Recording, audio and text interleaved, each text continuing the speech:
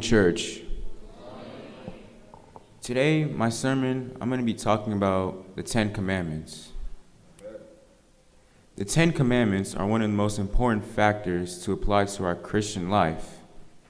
The reason why they're so important, because they teach us habits we need to develop to live the right life in the relationship with God.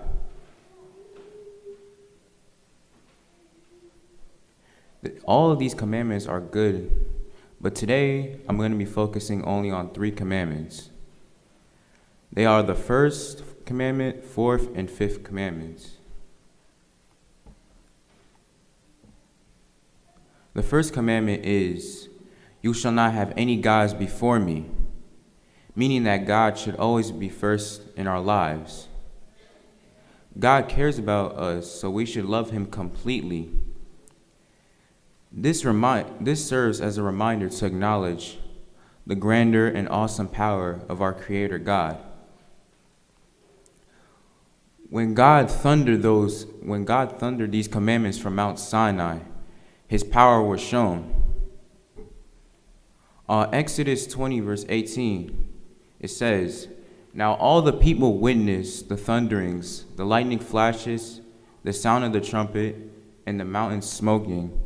And when the people saw it, they trembled and stood afar off." This commandment can be easily broken through a variety of traps and lures. This commandment does not only pertain to false gods and faiths. We commit evil when we prioritize anything other than the real God. By placing oneself above God, pride, and all too common human falling violates this order.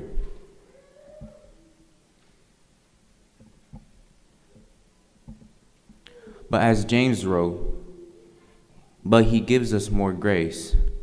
God resists the proud, but he shows mercy to the humble." He says,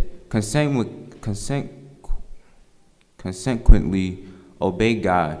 The devil will run from you if you resist him. God will draw closer to you if you approach him. You sinners, wash your hands. You hypocrites, purify your souls. Weep, grieve, and lament. Let your pleasure and your laughter become tears. The fourth commandment, remember the Sabbath day and keep it holy. 6 days shall you labor and do all your work, but the seventh day is the Sabbath of the Lord your God. In it you shall do any work, you or your son or your daughter or your male servant or your female servant or your livestock or the sojourner who is within your gates. Now, be honest with yourselves. I know people in this church, they don't obey the Sabbath. As sometimes I don't obey the Sabbath either. Doing this draws us away from God. By keeping the Sabbath, we demonstrate our dedication to honoring and worshiping God and upholding our vows. We will become closer to our family and to the Lord as a result. It will also endow us with a timeless viewpoint and spiritual fortitude. We can also take a break from our bodily labors on the Sabbath and worship the Lord. The Hebrew word for cease or stop is linked to the word Sabbath. God gave this to his people. God gave his people the order to stop working so they could take a break, recharge, and get some rest. He had delivered his people from the Egyptian servitude. They were no longer obligated to toil nonstop like slaves because they were God's offspring. God blessed them with a day of rest, a chance to stop laboring and to give thanks to him. Jews kept the seventh day sacred in the Old Testament by designating it as a special day. The fifth commandment, honor thy father and thy mother, that the days may be long upon the land. which the Lord thy God given thee. Obeying parents is one way children can honor and obey God.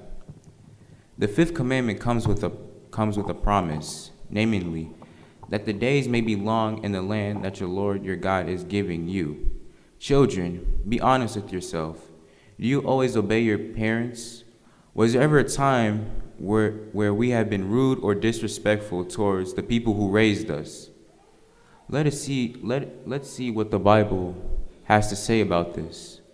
In the Bible, God promises us long-lasting life if we do this.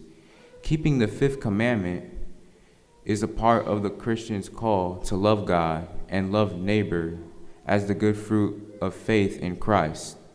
Still, the family unit remains fundamentally one of God's providential gifts for the flourishing of humanity. In God's wisdom, keeping the fifth commandment will generally benefit children. Honoring our parents doesn't stop when we turn 18 or 21. The fifth commandment is a long command that includes respecting, loving, and faithfully bearing with our parents. Although the way in which a child honors his or her parents changes over time, the commandment remains. In Proverbs 1 verse 8, it reads, "Hear, my son, your father's instruction, and forsake not your mother's teaching."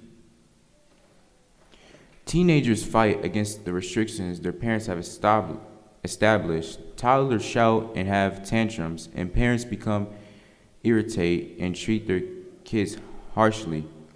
This applies to all power structures that God has established, not simply those between parents and children. Because we are all sinners, it is difficult for us to submit to authority persons in our life because our independent wills like to do things on our own terms. But that can be undone. In Philippians 4 verse 13, it says, "I can do all things through Christ which strengthens me."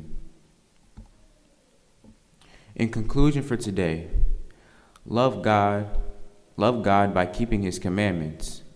In John 14 verse 15, it says, "If you love me, keep my commandments." Breaking any one of the 10 commandments is a breach of love.